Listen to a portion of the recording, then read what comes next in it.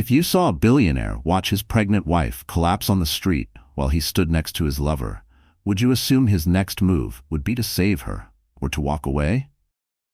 And if neither, what would you think he was really hiding?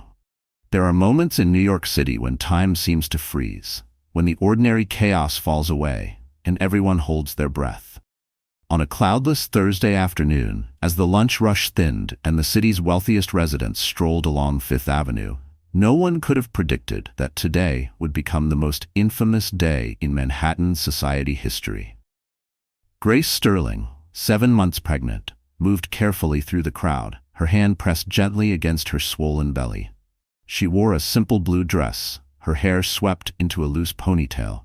She didn't fit in with the parade of designer labels and diamond jewelry that sparkled in the sunlight, but there was a quiet strength in her posture. Her eyes, a deep and thoughtful brown, held the weight of someone who had survived much more than any bystander could ever imagine.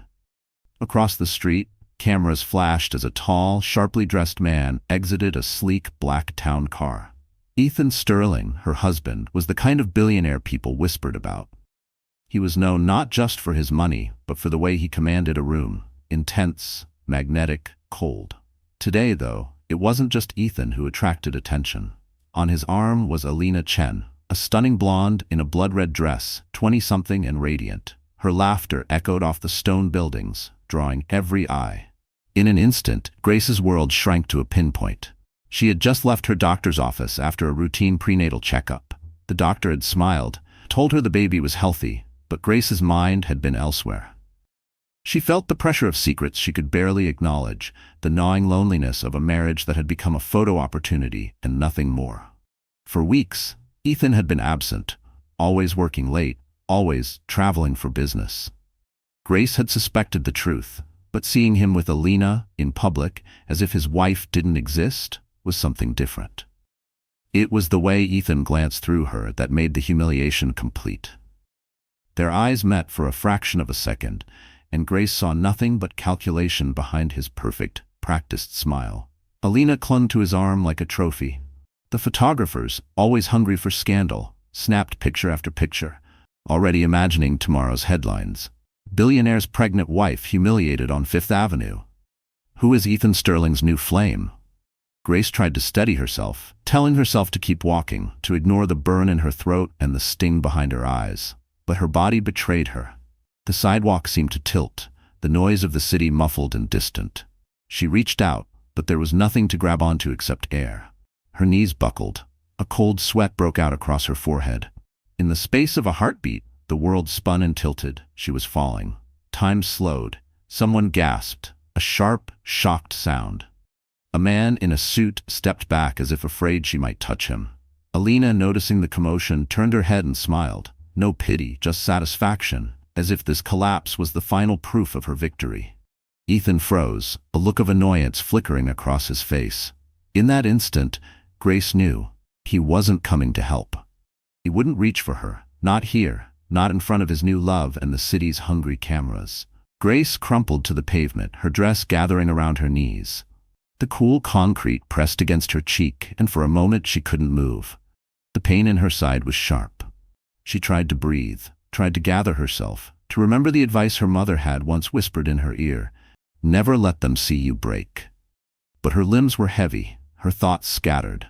A crowd formed, drawn by the spectacle of a woman. No, not just a woman, but a Sterling, brought low. Some reached for their phones, filming. Others whispered, unsure if they should help or just watch.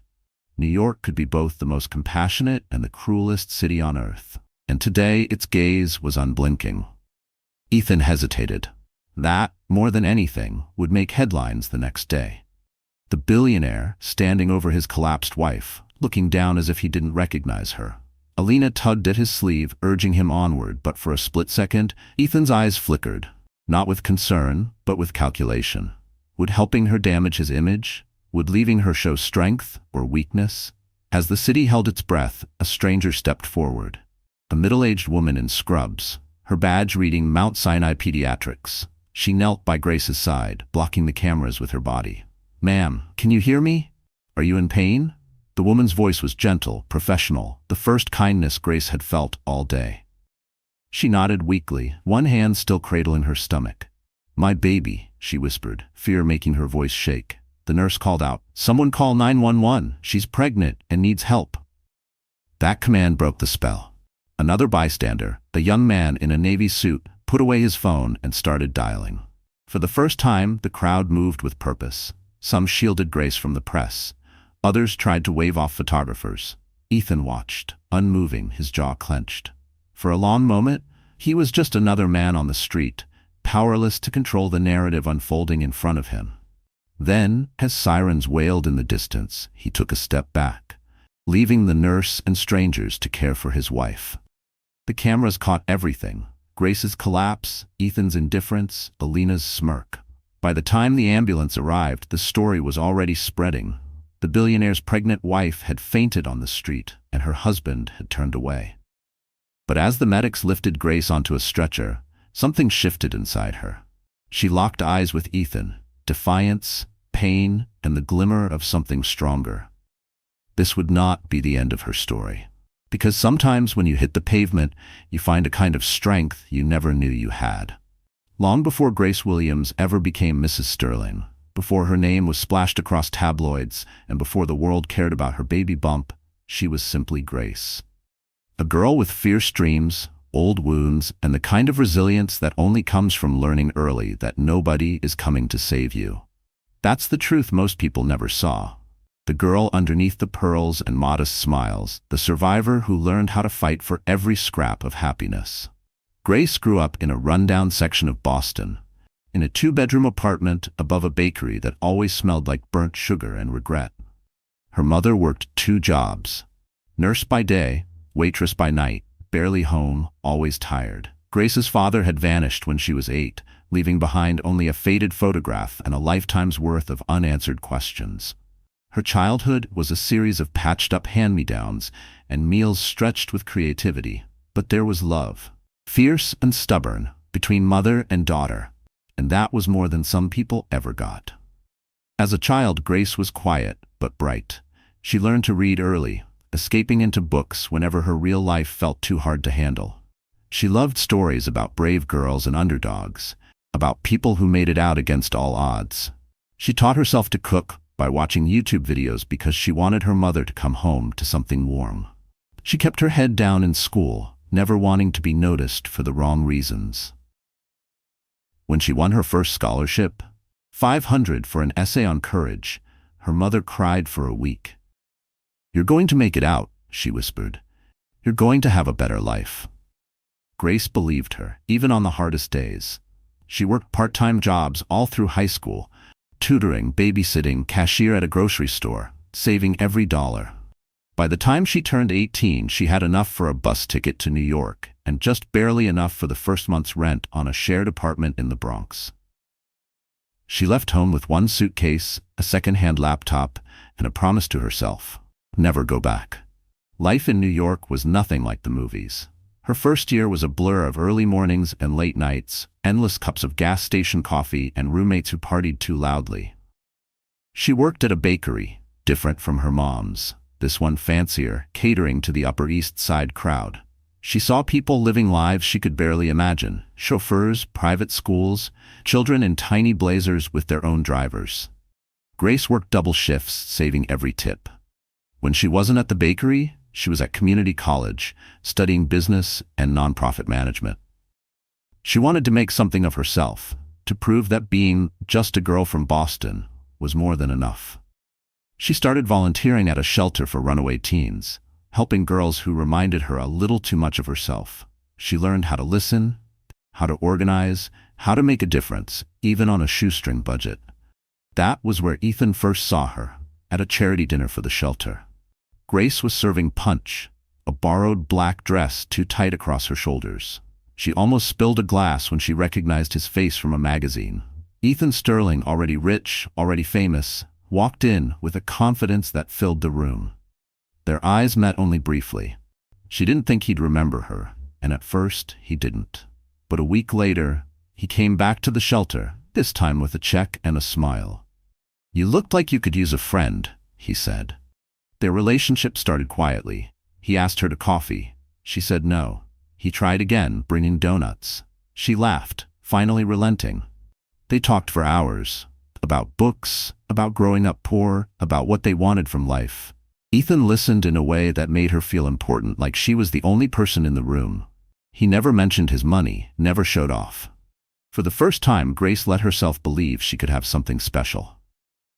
Months passed. The coffee dates became dinners, then weekend trips.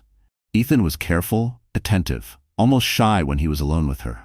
He met her mother, charmed her friends, supported her dreams. When he proposed on a snowy night in Central Park, a single rose and a ring that sparkled like hope, Grace thought she'd finally made it. Not just out of Boston, but out of loneliness, out of fear. Marriage brought its own challenges. The press wanted to know everything. "Who is she?" they asked. "Is she after his money?" Grace tried to ignore the whispers, focused on building her nonprofit. She used Ethan's connections to raise funds for foster kids, turning her pain into purpose. The money helped, but Grace never let it define her. She kept her old friends, still cooked dinner herself, still sent half her salary back home to her mother. But the cracks started slowly, almost imperceptibly. Ethan became busier, more distracted. He hired assistants who looked like models, started traveling more for business. At first, Grace trusted him. Why wouldn't she? They had built something together, hadn't they? When she found out she was pregnant, she was terrified but overjoyed. She thought it would bring them closer. She pictured late-night cravings, his hand on her belly, a family. Instead, Ethan pulled away. The loneliness returned, sharper now, because she'd tasted what it was like to be loved. She threw herself into her work, ignoring the warning signs. She tried to convince herself that Ethan was just stressed, that things would get better when the baby came. But as the months passed, his absences grew longer. Her phone filled with photos of him at events, always with Alina. Rumors swirled, but Grace refused to listen. She clung to the hope that the boy from the shelter, the one who brought her donuts, was still in there somewhere. And now, lying in a hospital bed, the sound of her own heartbeat echoing in her ears, Grace remembered every step that brought her here. She was more than the scandal, more than the wife, more than the pain. She was still that girl from Boston, and she still had something left to fight for. Ethan Sterling wasn't just a billionaire. He was Manhattan's most sought-after, most envied, and most hated power player. People said he had a golden touch, but what he really had was a heart honed for winning and a mind made for war. If you searched the city's skyline, you could see his ambition written in glass and steel, his name engraved at the top of more than one tower. His rise was the kind of story the city loved. Son of old money, sure, but he'd tripled the Sterling fortune by 35, outmaneuvering everyone who tried to stand in his way. He didn't think of himself as cruel. He saw himself as efficient. To Ethan, life was a game of chess, and he never hesitated to sacrifice a pawn to protect his king. Everything about him was calculated. The way he smiled for the cameras, the way he paused just long enough at charity galas for the perfect photograph, the way he could charm a room and silence a boardroom with a single look. He wore success like a second skin, but there was always something cold, something unreachable, just beneath the surface. For a time, Grace had been his sanctuary, someone real in a world of deals and power plays. She didn't care about his money. She challenged him, grounded him, made him feel almost normal. But as the years passed and the demands of his empire grew, Ethan found himself drifting. It started with late nights, then long weekends away. The city had a way of swallowing time, and Ethan, ever hungry, let it consume him. Into this world came Alina Chen. At first, she was just another face in the crowd. Young, beautiful, clever, but with an edge that drew him in. She wasn't like Grace, who listened more than she spoke. Alina was fire, all laughter and challenge, a whirlwind of energy. She was the type of woman who knew how to be seen, and she made being with Ethan feel less like a responsibility and more like a thrill. Their affair started as a secret, just as all scandals do. The first encounter was at a black-tie benefit for tech entrepreneurs. Alina, an up-and-coming art gallery curator, caught Ethan's eye from across the room. She was wearing a crimson dress, hair swept back, talking animatedly with a crowd of investors. When she laughed, heads turned. When Ethan introduced himself, she didn't flinch or fawn. She simply asked if he knew anything about Monet. He lied and said yes. She saw through him and laughed again. One drink became two. By midnight, they were on the rooftop, looking out over the city lights. Alina told him she loved danger. Ethan told her he loved a challenge. She kissed him first. The rest, as the tabloids say, was inevitable. But it wasn't just sex. With Alina, Ethan felt alive in a way he hadn't for years. She challenged his decisions, teased him about his billionaire brooding, and made jokes about being his dangerous little secret. He convinced himself that he deserved this excitement, that Grace, with her kindness and quiet loyalty, would never understand. And maybe she wouldn't. But Ethan was too far gone to care. He began to flaunt Alina, not just in private, but in public. He brought her to lunch at places where photographers always lingered, paraded her into charity galas meant for families, even let her sit in his box at Madison Square Garden. It became a game to him. How far could he push before people started whispering in earnest? How much could he get away with before Grace noticed? When the whispers began, Ethan didn't deny them. He relished them. Behind closed doors, Grace was becoming a ghost in her own home. Ethan barely spoke to her, barely noticed her swelling belly or the ache in her voice when she asked if he would be home for dinner. When she finally confronted him, one quiet evening after another solo prenatal class, he simply shrugged. "We're both adults, Grace. Don't make this harder than it needs to be." Grace asked if he loved Alina. He didn't answer. Instead, he left for a business dinner, not returning until the next morning. It was a new kind of cruelty, one that didn't leave bruises but left scars just as deep. Grace stopped asking questions. She moved through the penthouse like a shadow, holding herself together for the baby growing inside her. Meanwhile, Ethan's life with Alina became the main show. She relished the attention, the gifts, the headlines. She played her part, always perfectly dressed, always perfectly dangerous. To Alina, Ethan's marriage was just an obstacle, one that would be swept away in time. She whispered promises in his ear about new beginnings, about being the woman he really needed. She had no intention of settling for second place. But what neither of them realized was that the city, with its bright lights and endless appetite for drama, was always watching. The cracks in Ethan's perfect world were beginning to show. Investors whispered about his judgment. Friends dropped off one by one. His mother called, warning him that these things never end well. He ignored them all. He had everything he wanted, he told himself. And yet, late at night, lying beside Alina in a suite overlooking the skyline, Ethan sometimes caught himself staring into the darkness, haunted by the memory of Grace's eyes. Soft, wounded, too full of love for a man who no longer deserved it. On the afternoon, Grace fainted on Fifth Avenue. Ethan had convinced himself it was just another bump in the road, something to be managed and forgotten. But as the cameras flashed and his wife collapsed on the sidewalk, he felt a crack deep inside him, something small but undeniable. For a split second, he wondered if maybe, just maybe, he had gone too far. He didn't know it yet, but everything he thought controlled was already slipping away. The sound of sirens echoed down Fifth Avenue as Grace lay on the pavement, consciousness slipping in and out like waves against a battered shore. All around her, the city buzzed with curiosity and hunger. Bystanders snapped photos, their faces a blur of concern, judgment, and morbid fascination. No one knew what to do, not really. Everyone wanted to help, until they realized just who was at the center of this storm. "Isn't that Ethan Sterling's wife?" whispered a woman with a silk scarf, her hand hovering over her phone as if the screen might bite her. "The pregnant one?" Another bystander, a young guy with designer headphones, leaned in, filming with the nonchalance of someone who'd grown up seeing celebrities as fair game. "She just went down, man. That billionaire didn't even look twice." Within seconds, social media exploded.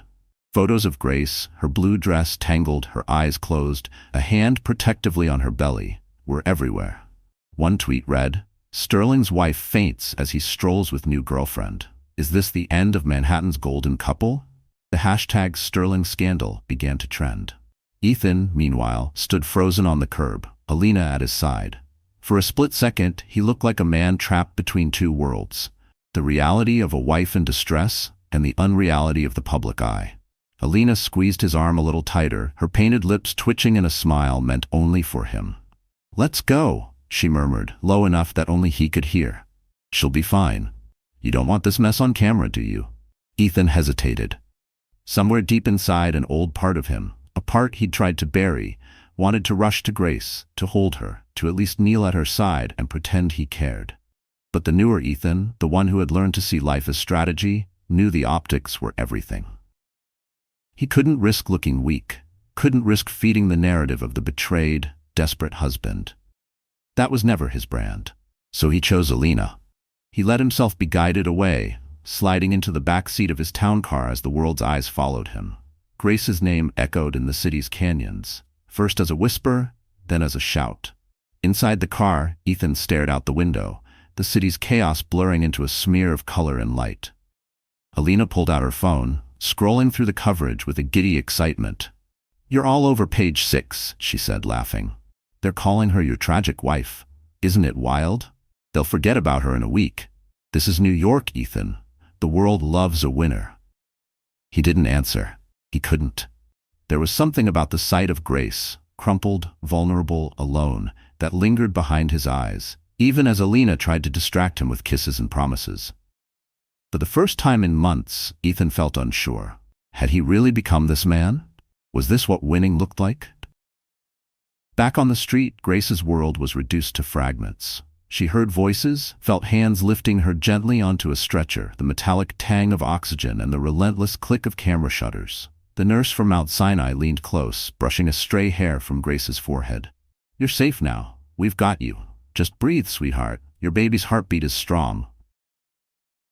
The ambulance doors slammed shut, muting the outside world.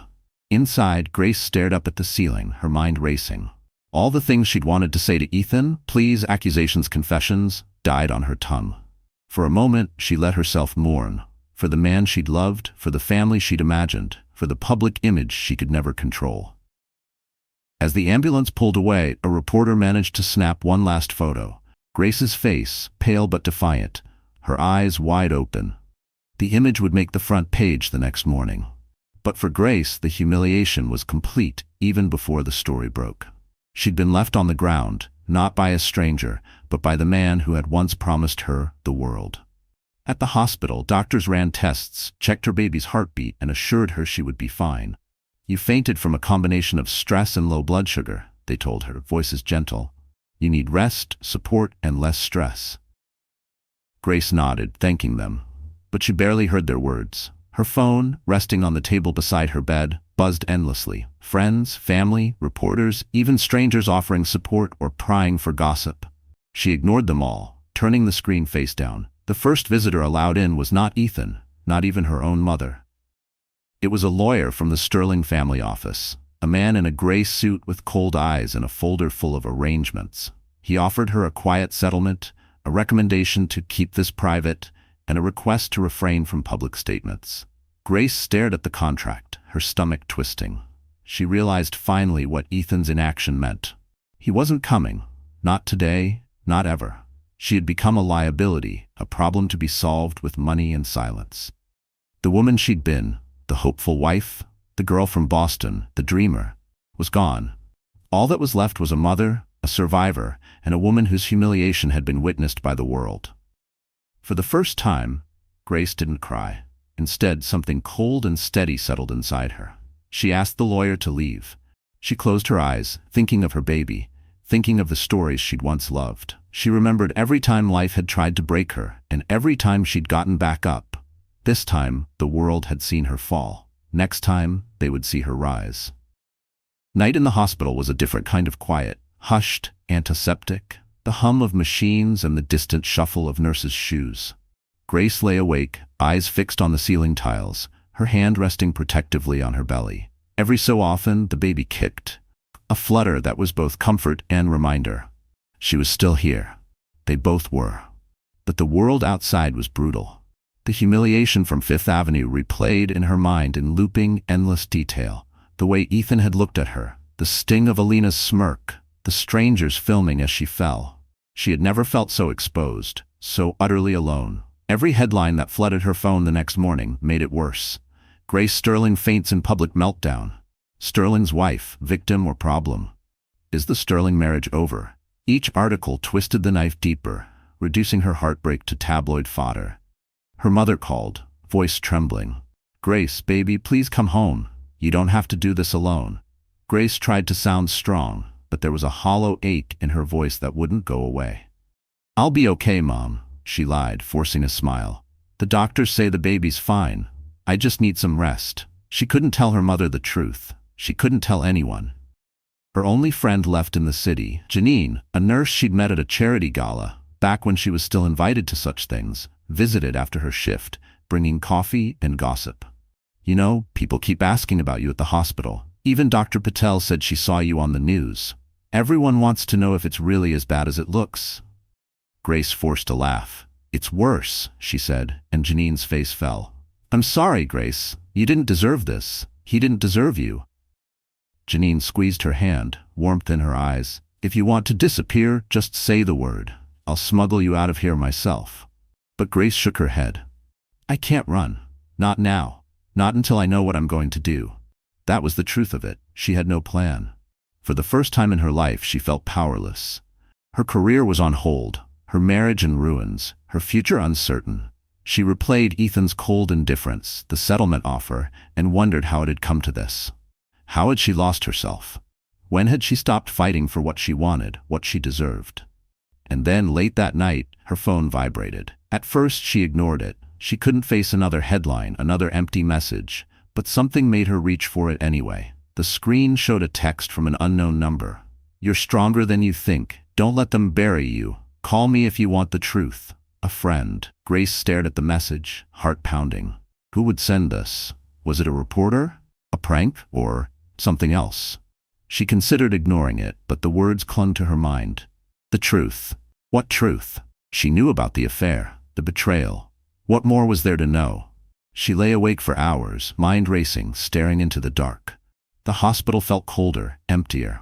But the message lingered, a splinter of hope, or maybe fear. She pressed a hand to her belly, whispering, "We're going to be okay, little one. I promise." The next morning, Grace was released from the hospital. Janine picked her up, handing her a pair of oversized sunglasses and a scarf. "You look like a movie star in hiding," Janine joked. Grace smiled weakly, grateful for the disguise. Outside, reporters waited, their questions like bullets. "Grace, will you forgive Ethan? Is it true about the divorce? What will you do now?" She said nothing, letting Janine guide her to the car. They drove in silence for a few blocks before Grace spoke. "Do you think people can ever really know each other, Janine? Or do we all just play parts?" Janine's answer was quick. "You know who you are. That's all that matters. You're more than his wife. You're more than any headline. Don't let them make you forget that." Back at her apartment, Grace finally let herself cry. She thought about the girl she used to be, the fighter, the survivor, the one who never let anyone define her. She remembered why she'd fallen in love with Ethan. His kindness, his attention, his belief in her. She remembered the nights they'd planned a future together, before money and power warped everything. She realized, in a flash of clarity, that her story wasn't over. It couldn't be. She still had secrets of her own. There were parts of her past she'd never shared with Ethan, connections she'd made before she became Mrs. Sterling, favors she was owed, people who knew the real Grace. Maybe it was time to remember who she really was. She scrolled through her phone, looking for the anonymous message. Her finger hovered over call. 1,000 doubts rushed in. Was it a trap? Did she even want to know the truth? But something deep inside pushed her forward. The same stubborn spark that had carried her out of Boston, through college, through every setback. She dialed the number. It rang twice before someone answered, a woman's voice, low and confident. "Grace, I was hoping you'd call." Grace swallowed. "Who is this?" A pause. "A friend. Someone who knows what Ethan's really been up to. Someone who wants to help you fight back." 1,000 questions burned on Grace's tongue, but the only one that came out was, "Why?" The woman's answer was immediate. "Because you're not the only one he's hurt, and because women like us, we don't stay down." Grace felt a shiver run through her, half fear, half hope. Maybe she wasn't alone after all. Maybe her story wasn't just about loss, but about finding her voice again. Maybe it was time to fight, not just for herself, but for the life growing inside her. As she ended the call, Grace felt something shift inside her. Resolve, cold and sharp like steel forged in fire. Ethan had humiliated her in front of the world, but he had no idea who he was really dealing with. This was just the beginning. Grace Sterling sat alone in her small apartment, sunlight pouring through half-closed blinds, dust motes swirling in the golden air. It was quiet except for the distant hum of city traffic and the tiny, reassuring thump of her baby's heartbeat that she could still almost feel within her. Gone were the reporters outside her door. Gone was the parade of well-meaning but shallow texts from people who had only cared about the Sterling name. In the stillness, Grace realized something. The humiliation, the pain, the isolation, none of it had broken her. Instead, it had burned away the illusions, leaving behind only the truth of who she was. That truth was what the stranger on the phone had spoken to. Grace replayed their conversation in her mind. The voice had been steady, confident, unmistakably female, a woman who had seen the same darkness Grace now faced. "You're not alone," she had said. "He's hurt more people than you know. But I know where the bodies are buried. Are you ready to fight back?" At first, Grace had hesitated. Was she really ready for war? All her life, she had avoided confrontation, choosing peace over pride, forgiveness over vengeance. But now, looking at her reflection in the apartment window, she barely recognized the woman staring back. This woman was not defeated. She was not weak. She was a mother, a survivor, and somewhere deep down, she was still a fighter. Grace made her decision. She texted the stranger, whose name she soon learned was Rebecca Tran. Rebecca had once worked for Ethan, a senior analyst at Sterling Tech, smart and fearless. She had been forced out when she threatened to expose financial irregularities, blacklisted in her industry by Ethan's ruthless PR team.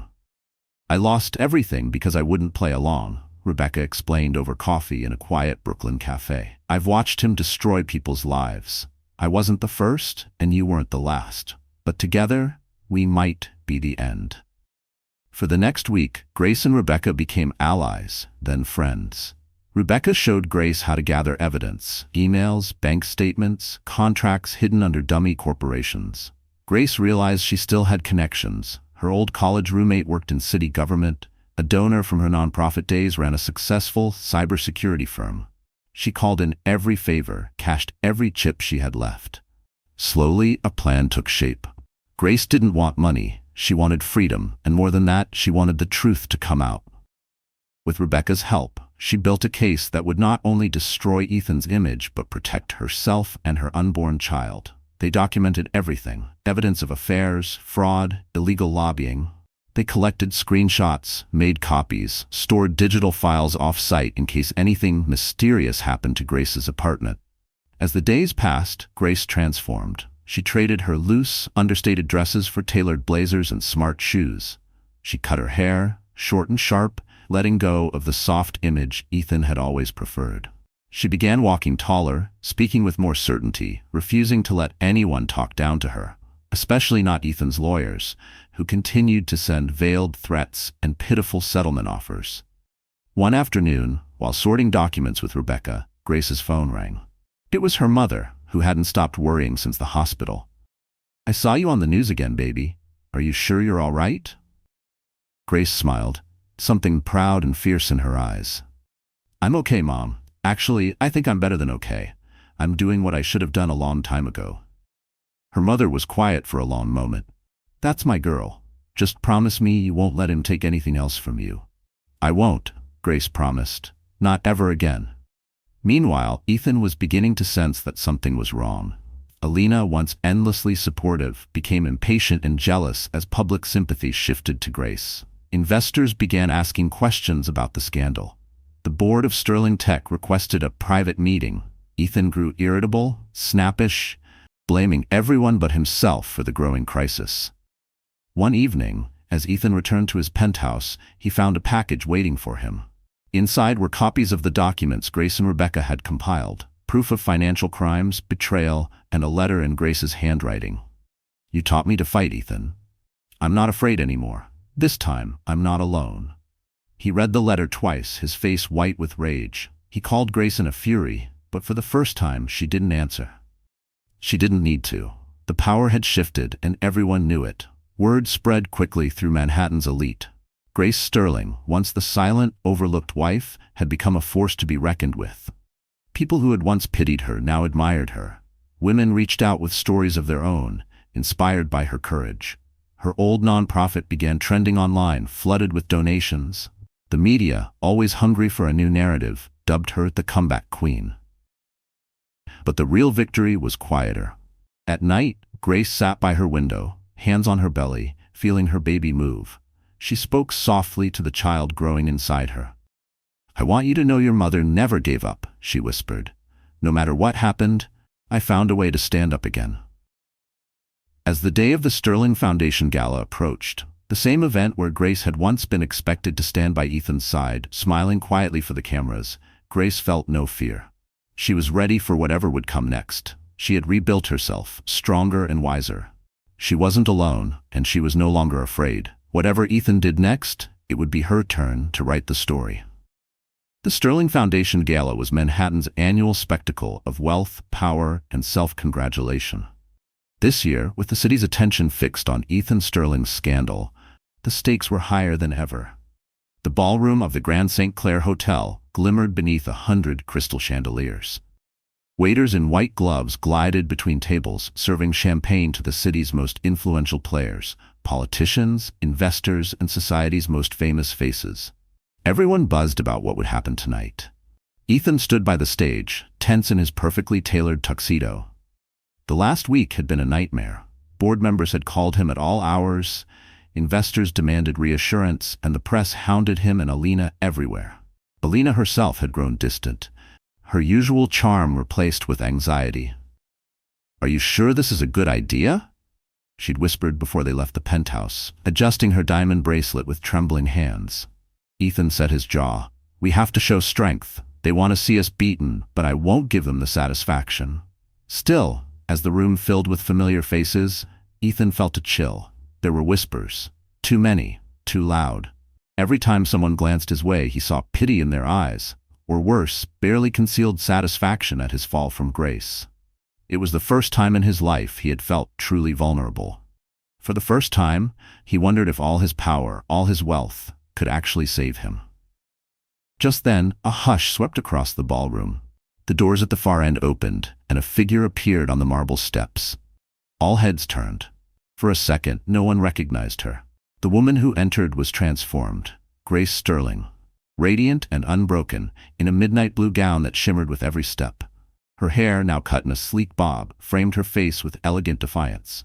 At her side was Rebecca Tran, poised and confident, projecting the quiet authority of someone who had nothing left to lose. The crowd's gasp was audible. The music faltered. Someone, an old friend of Grace's from her nonprofit days, stood up in applause, breaking the spell. Others followed, clapping awkwardly, unsure of the rules. Grace walked in, not as a victim, but as a queen reclaiming her throne. Ethan felt his heart seize. For the first time since the scandal began, he saw Grace as something unfamiliar, a threat. Grace didn't hesitate. She moved through the crowd with quiet confidence, pausing to greet the foundation's biggest donors, exchanging warm hugs and firm handshakes. She was more than just Ethan's wife tonight. She was a symbol. Women in the room, many of whom had their own secret scars, found themselves rooting for her, even as the men whispered about legal settlements and power plays. The MC took the stage. "Ladies and gentlemen, we have a special announcement before dinner," he began. "Mrs. Grace Sterling has asked for a moment to speak." Ethan felt a wave of dread. He tried to intercept her, but Rebecca blocked his path, meeting his eyes with cool determination. "Let her speak, Ethan. It's time." Grace took the stage, her hands steady, her eyes scanning the faces before her. "Thank you," she began, her voice strong. "Thank you all for being here tonight. I know there's been a lot of speculation about my family, about my marriage, and about who I am. Tonight, I want to share the truth.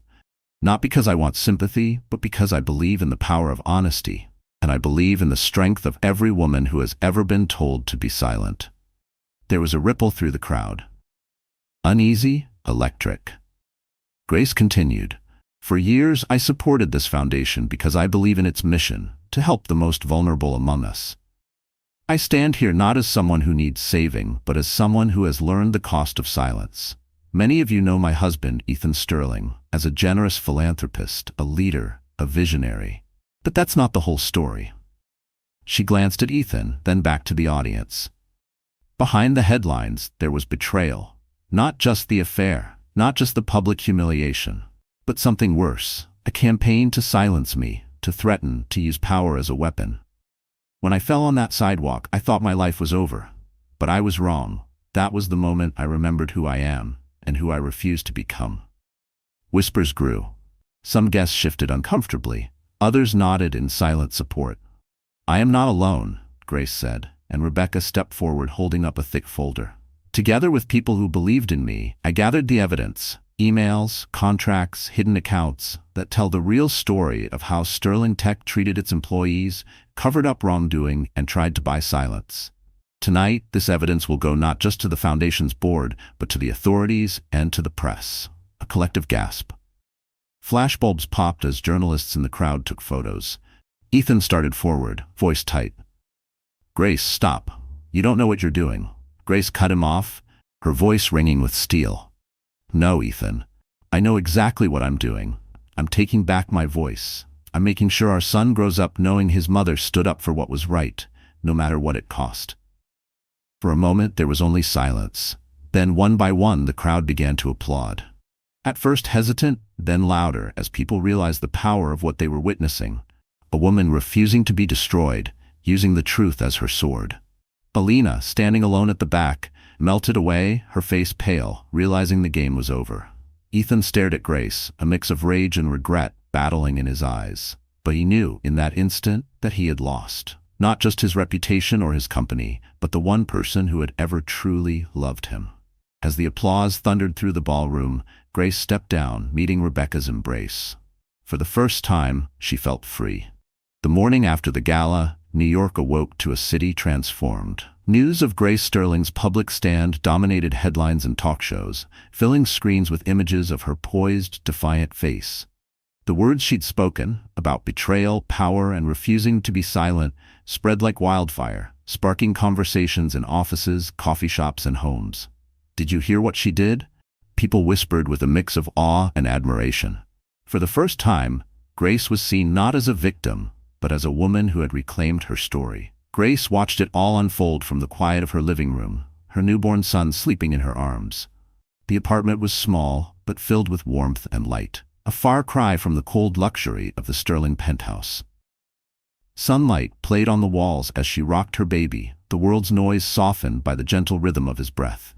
She had lost almost everything in material terms, but in her heart, she felt richer than she ever had in her entire life.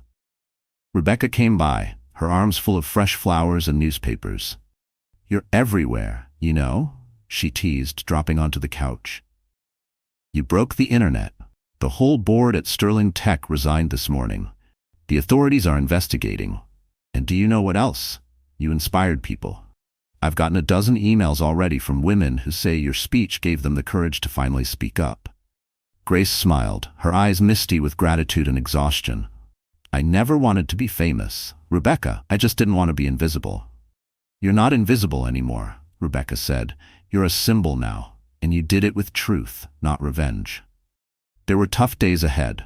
Ethan would fight in court. Lawyers would argue over custody, finances, and reputation.